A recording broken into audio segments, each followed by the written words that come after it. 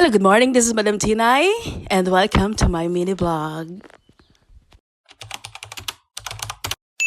Dahil nga Miyerkules dito sa Germany, ayan, fully book na naman ang ina nyo. So, ano yung nakagawian na namin na every Wednesday ay pumupunta kami sa dalawang playground. So, first playground na pupuntahan namin ay mag-start ng 9:30 to 12. Ayan. So, maraming bata dyan ang naglalaro at ang mga nanay naman ay pwedeng magmarites. Char.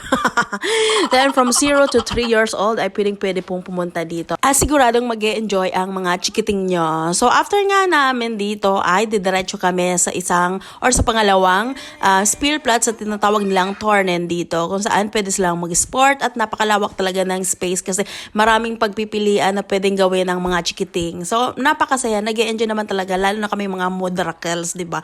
So, ito yung nagiging Wednesday routine namin ng Junakis ko. So, ayan lang. Yun lang mga mare for today's video. Hatid na ng Johnny Bear yung kanyang girlfriend. Thank you for watching.